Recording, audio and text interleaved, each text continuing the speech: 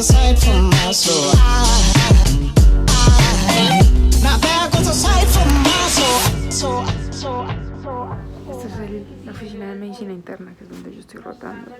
Y acá hay un tablero. Y hace una semana puse yo esta carita y nunca la borraron. Yo encontré que alguien puso una carita triste. Entonces le escribí ánimo y otra carita feliz. Vamos a esperar si mañana mi amigo del tablero o amiga del tablero responde algo. Como siempre, revisando las historias de los ingresos para poder ir a los pacientes y presentarlos. Así que nos vemos ahorita. Bueno, acabo de llegar a la casa. Como pueden ver, el N95 que estoy usando esta semana me queda un poco apretado. Entonces cuando termino tengo esto rojo y por acá rojo, porque cubre acá y aquí. Entonces cuando me lo quito me queda un poco rojo y recién me lo quito, eso que yo me cambio el tapabocas en el carro, recién me lo quito, me queda todo esto súper rojo y durante el día me queda así. Pero me fue bien, vi 3 pacientes, normalmente son 4, pero vi 3 porque 2 eran ingresos, 2 eran nuevos para mi doctor, entonces se los tengo que presentar desde cero si no se demora más. Entonces cuando ya son conocidos, pues es un poco más fácil contar la evolución del paciente porque ya uno lo conoce, ¿no? Y mañana yo estoy virtual, es decir, que yo escucho cuando presentan a los pacientes y a los ingresos desde la casa, pero igual participo pues en el proceso del abordaje diagnóstico y de como el raciocinio que se hace para pedir qué exámenes y por qué. Desde la casa uno también hace parte de ese proceso. Ahora lo que tengo que hacer es quitarme este uniforme, mandarlo a la lavadora aparte de toda la otra ropa y cambiarme de ropa. Así que ahora me voy a bañar, vamos a hacer todo eso. Ojalá me baje el rojo, se demora un poquito, pero pues no es tan grave. Hola. Este es un video un poco loco, la verdad. Lo estoy grabando con el celular como en los viejos tiempos porque primero mi cámara hace daño y segundo porque... No hay segundo, solo porque mi cámara hace daño. Voy a hacer almuerzo, hoy estoy también virtual. El otro video que vieron estaba en el hospital, pero hoy sí me toca virtual. Voy a hacer almuerzo y como soy una estudiante universitaria que no saca a descongelar un pollo para almorzar pollo, voy a hacer un sándwich. Estos meses que estaba perdida he estado haciendo bastantes cosas, ya sabrán qué cosas van a hacer. Mi universidad ha estado haciendo un esfuerzo gigante para que no perdamos rotaciones ni tiempo de estar en el hospital y todo eso. Cuando empezó la pandemia, ahorita en marzo, cuando empezó la pandemia, empezó la cuarentena en Colombia, yo estaba en 7º semestre, estaba iniciando mi rotación de medicina interna y nos tocó hacer la rotación con seminarios virtuales de, no sé, hipertensión, falla cardíaca, diabetes, etc. Pero claramente no podíamos ir al hospital, pues porque era un riesgo. Luego mi universidad decidió, como en junio, que podíamos volver al hospital solamente a ver pacientes no COVID, es decir, los pisos en donde estaban pacientes de otras cosas, que la gente se sigue enfermando de otras cosas, pero solo pudimos estar como una semana y media, porque empezaron a subir los casos COVID, entonces nos dijeron no, ustedes no pueden venir. Ese ha sido más o menos como lo que ha estado pasando. Siempre hemos estado en seminarios y en clases virtuales. Cuando en junio nos dijeron que no podíamos volver al hospital para seguir nuestra práctica de medicina interna de 7º semestre, empezamos a ver las clases virtuales de 8º semestre, es decir, todos los seminarios y clases posibles que normalmente hubiéramos tenido a lo largo del semestre en 8º semestre, las vimos todas en el mes de, creo que eso fue en julio, sí, como julio y agosto. Cuando terminamos de ver las clases de 8º semestre, que es el semestre de cirugía, volvimos al hospital ya cuando los casos de COVID habían bajado a reponer medicina interna de 7º semestre. Hicimos toda la reposición de horas de medicina interna, los que les tocaba neuro hicieron neuro, los que les tocaba psiquiatría hicieron psiquiatría y terminé si están viendo esto el día que lo subo, terminé mi rotación de medicina interna oficial el sábado con el turno del sábado. El domingo estaba posturno, entonces pues ya. Es un poco confuso, yo sé. En general, mi universidad y mi facultad han estado haciendo un esfuerzo gigante para que los estudiantes no nos veamos afectados por todo esto de la pandemia. También es una experiencia para aprender cómo se manejan este tipo de situaciones. Creo que ningún médico que esté ejerciendo hoy en día le ha tocado antes formarse en medio de una pandemia. Creo que vamos a ser los primeros.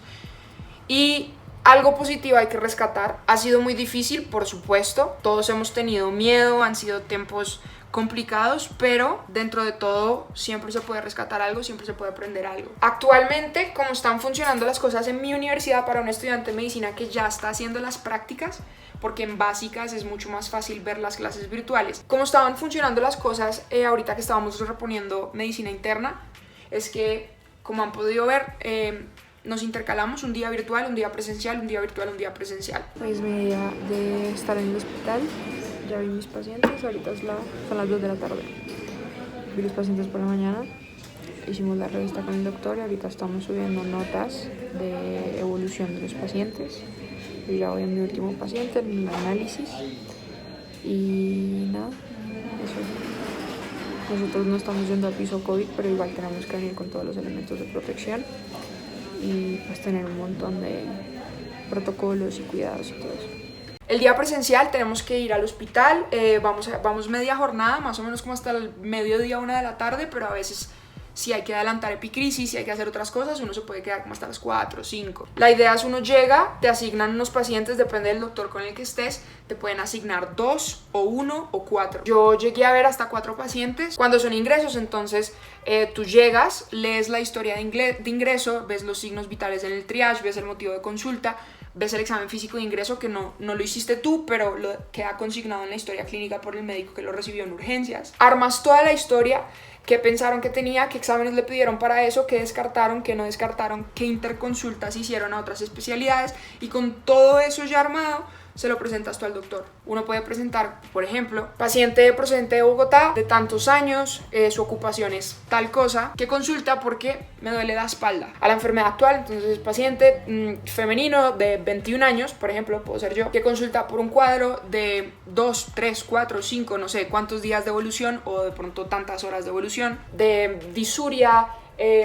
dolor, ¿cómo es que es? En banda, como que te duele acá y se te pasa para adelante. Todo lo de la enfermedad actual, pues todos los síntomas del paciente. A la revisión por sistemas, que es como síntomas que haya referido el paciente en los últimos más o menos como 6 meses. Entonces si le ha dolido la cabeza, si ha tenido síntomas urinarios, si ha perdido de peso, si le ha tenido cambios en la piel, cambios en como en el sistema cardiopulmonar. Sí, como que tú revisas todos los sistemas del cuerpo y le preguntas si ha tenido algún cambio en alguna de esas cosas. No necesariamente se relaciona con la enfermedad actual, pero siempre es importante preguntar por eso. Luego los antecedentes, si tiene enfermedades diagnosticadas, si está tomando medicamentos como de forma habitual, si le han hecho cirugía, si ha tenido hospitalizaciones, si ha tenido exposición a como tóxicos, qué alergias tiene el paciente, antecedentes familiares, si papá, mamá, hermanos, abuelos han tenido hipertensión, diabetes, infarto agudo de miocardio, etcétera, etcétera. Luego viene el examen físico, que al examen físico ingresó con cifras tensionales de tanto, una frecuencia cardíaca de tanto, una frecuencia respiratoria de tanto, una saturación de tanto y una temperatura de tanto. Al examen físico los hallazgos positivos fueron puño percusión positiva, por ejemplo, es un signo donde a ti te pegan aquí.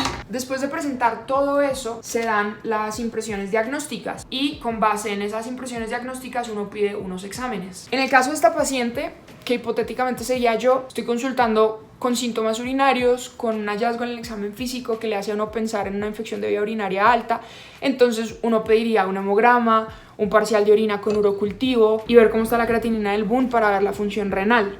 Voy a volver a poner aquí.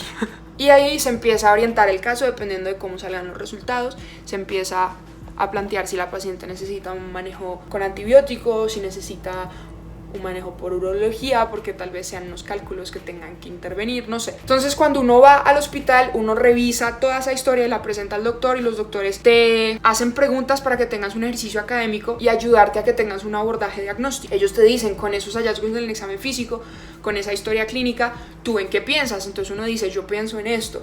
Ok, ¿y con esto qué exámenes le pides? Ok, le pido esto. Y luego te dicen, y si no es esto, ¿qué otros diagnósticos diferenciales pensarías? ¿Y qué le pedirías para eso? Entonces uno dice, yo pienso esto, etcétera, etcétera. Eso es cuando presentamos pacientes nuevos. Cuando presentamos pacientes ya conocidos, se presenta algo que se llama una evolución. En la evolución, uno la presenta más o menos paciente de 21 años con diagnósticos de ¡pum! Y ahí ya están puestos los diagnósticos porque el paciente ya está hospitalizado. Después de decir los diagnósticos del paciente, viene el subjetivo. Cuando nosotros vamos y hablamos con el paciente, le preguntamos cómo pasó la noche. Si el paciente consultó por dolor abdominal, náuseas con emesis, diarrea, entonces uno va y le pregunta cómo va el dolor abdominal, ha tenido nuevos episodios como de emesis y cómo van las deposiciones. Entonces en el subjetivo es lo que te cuenta el paciente. No, yo me siento mejor, no, yo me siento peor, no, yo me siento igual. Luego de eso viene el objetivo y en el objetivo empezamos por los signos vitales. ¿Cuáles fueron los últimos que se le tomaron al paciente? Luego de los signos vitales viene el examen físico. Ya no es lo que el paciente me dice a mí, sino lo que yo veo en el paciente. Entonces en el examen físico uno consigna los hallazgos positivos, pero los hallazgos negativos que sean importantes decir que son negativos, para la evolución del paciente. Si el paciente entró ictérico y ya no está ictérico, pues eso es un hallazgo negativo que es importante consignar. Después del objetivo, entonces, como lo hacemos, como me lo han enseñado a mí en mi universidad, es que van los paraclínicos. Si le salió un nuevo hemograma hoy a las 5 de la mañana y son las 7 de la mañana, pues eso es importante consignarlo. De pronto el paciente venía anémico, toca ver entonces si sigue anémico o no. Luego de los paraclínicos, si hay imágenes, no sé, si le tomaron una ecografía, si le hicieron una endoscopia, y salió ayer a las 8 de la noche, pero en la evolución de esta mañana nadie la ha visto, pues entonces es importante ponerla. Lo que yo he aprendido en mi rotación es que también si el paciente tiene aislamientos de alguna bacteria y se está en cubrimiento con algún antibiótico, es importante ponerlo también después del objetivo, después del examen físico, poner qué aislamientos tuvo y si está en cubrimiento con algún antibiótico, la fecha de inicio, cuándo inició y en qué día estamos. Luego de eso viene el análisis. Entonces uno analiza cómo está la situación del paciente ya con todos los elementos.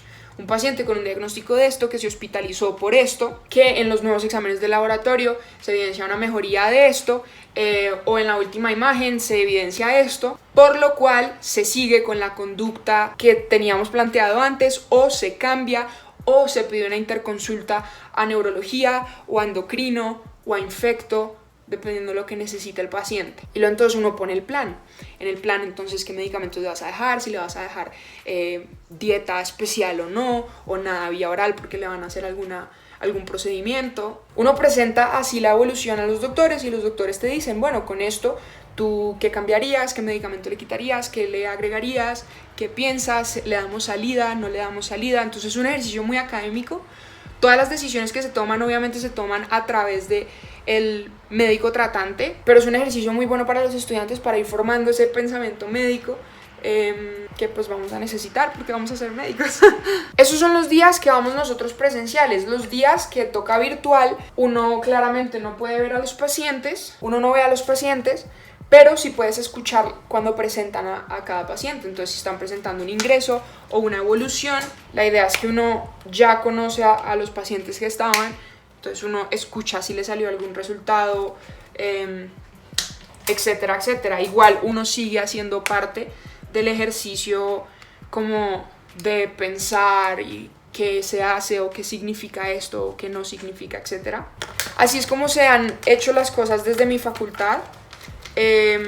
Honestamente yo estoy muy orgullosa del esfuerzo que han hecho en mi universidad y pues en el hospital donde nosotros hacemos las prácticas para que esta situación del coronavirus no afecte tanto a los estudiantes. Como les digo, no son épocas fáciles. Lastimosamente nosotros no elegimos qué cosas buenas o malas pasan, pero sí podemos elegir cómo reaccionamos ante esas situaciones. Y si una situación parece difícil en este momento, puede que no te traiga sonrisas, pero te va a traer muchas enseñanzas y eso también es muy valioso. Así que espero les haya gustado este video.